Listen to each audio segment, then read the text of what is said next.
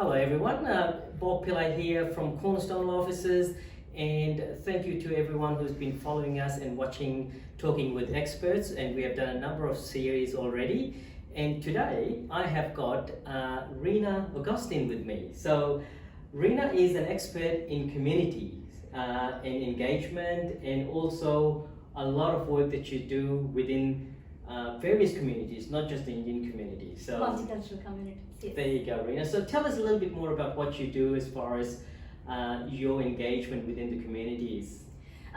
Mostly in the community, I help out international students.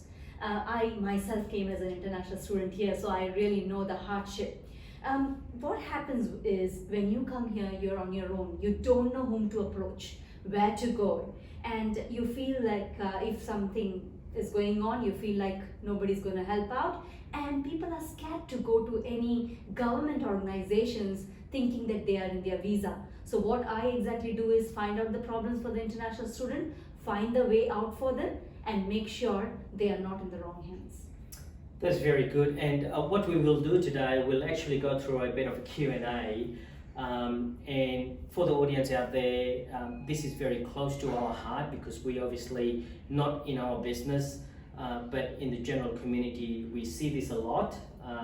And I know this will be very confronting to a lot of the viewers, a lot of the businesses, a lot of communities, and a lot of people, either you're a student out there. So embrace yourself because, Rena, some of the questions like I mentioned will be bringing home to a lot of students. So tell me a little bit more about, yes, there's been a lot of talk about COVID, but obviously COVID and the situation, economic situation, brought this at a higher level now. What are some of the issues our current international students are facing? The recent one, I'll tell you. The recent one, what happened was I got a call while I was in a recording, doing interviews with the community leaders. And usually I don't answer the call, but after the interview, I immediately called back this girl whom I know. And I said, what's the matter? And she said that I'm with a friend over here who actually is in trouble. She worked with an employer for 3 weeks. She was made to do the work 20 hours a week for sure, but she didn't get paid. So she went to the restaurant along with this girl because the other girl was really scared to go alone. The employer insulted the other girl and asked her to leave the premises and did not pay the girl who worked 3 weeks in the restaurant. And you talking about this in Australia? This is in Australia. And the worst part is, who actually talks to somebody saying, get out? Nobody talks to a woman like that, to be honest with you. So the other girl got really offended and she called me and she said, Rena, what can we do? Where can we go? And that's when it clicked to me, yes, where can they go? They can go to Fair Work. So I said, why don't you just contact the Fair Work and do the deal?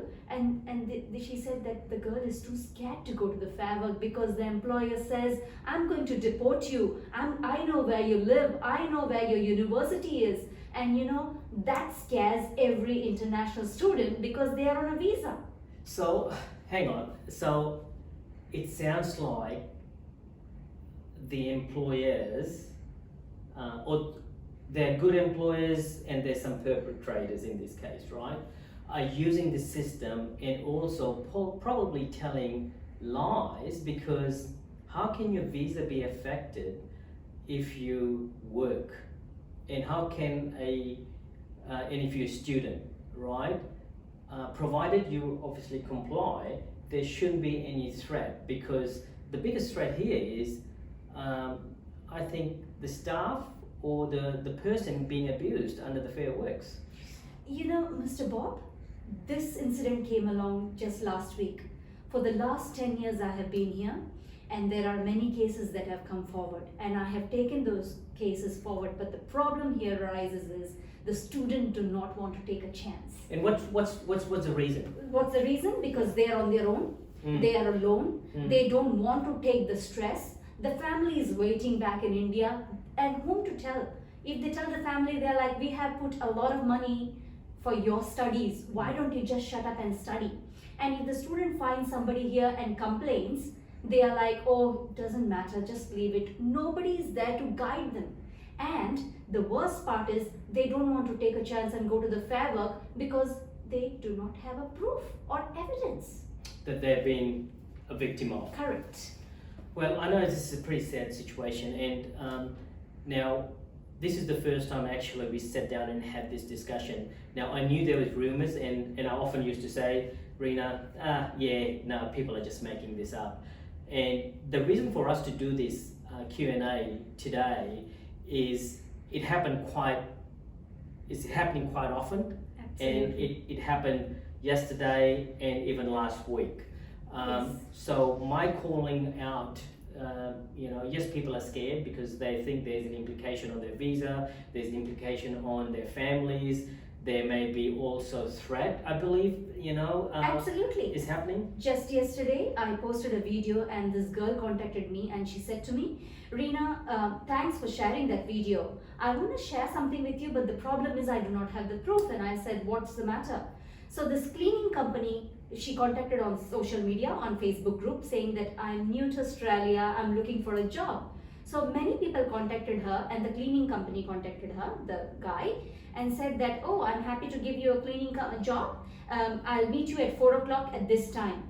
And in that meeting, he's trying to say that, oh, yeah, I'll give you the job, but you have to do something for me. The girl did not understand, and later when she understood, she left and she ran away from there. She gave me a call and she said, what can we do? How can we prove that? So it makes me cringe that our community people are doing this to their own community. Where will they go? If I am an international student, I will find my community here to go for a job, ask for help. But if they do this kind of things to me, where will I go? It is a good question, and Reena, I think there's a lot of community leaders out, and you know them, or community groups. You probably know them a lot better than I do, but I know there's different various. There's FICQ, that's Federation of Indian Community. It's a big community group.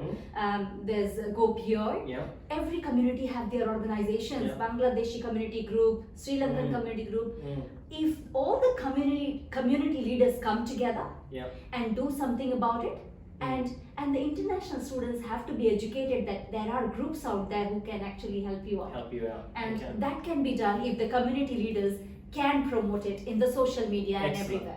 And that's a good message. If you're an international student, look up those community groups and leaders, because to me, and also a message for the leaders out there, community leaders out there, I know we do see each other in a lot of social events, networking events, and also a lot of political events. My question and a challenge to all community leaders out there is, what are you guys actually doing about this situation? You guys know what's happening, okay? And this is not just the Indian community, there's all ethnic communities this would be happening. So I know this is pretty confronting, but as you can hear in my voice, I'm pretty disappointed and annoyed, especially in the last couple of days, last week, that we've been getting these issues. So Reena, thank you very much for your time and bringing this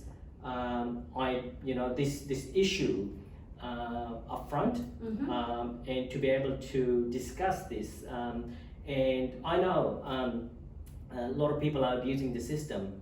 Absolutely. And it's not only female, not only, obviously there's other kind of abuse happening, especially with the female side of it, and obviously we don't want to open a can of worms, but if we need to, we will.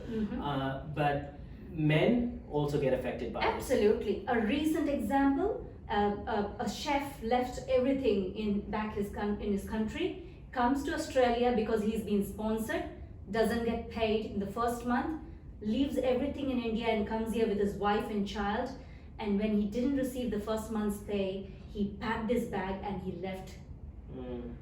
That is the experience Australia gives you? No, it doesn't. So why will anybody, leave everything and come to this country? And the worst part is, as I said, your own community did this to you. So where to go? But one thing I would like to tell the international student is that there is help here. There are people who can guide you. There are really good people here. Try and network. Try and find them. Go and meet your community leaders. Ask them help. We are here to help you out. Thank you, Reena. Thank you. And thanks to all the audience, listeners, community leaders. My one request is, if you're a victim, please go and approach your community leaders. Go and contact police if it's to that extent. But take an action, because if you don't, no one else will. And to the community leaders, please support these guys. Okay, it's your responsibility. It's our responsibility as a community and as an Australian to provide these places that people come here to call this beautiful place home. Don't treat them like someone that don't deserve to be here.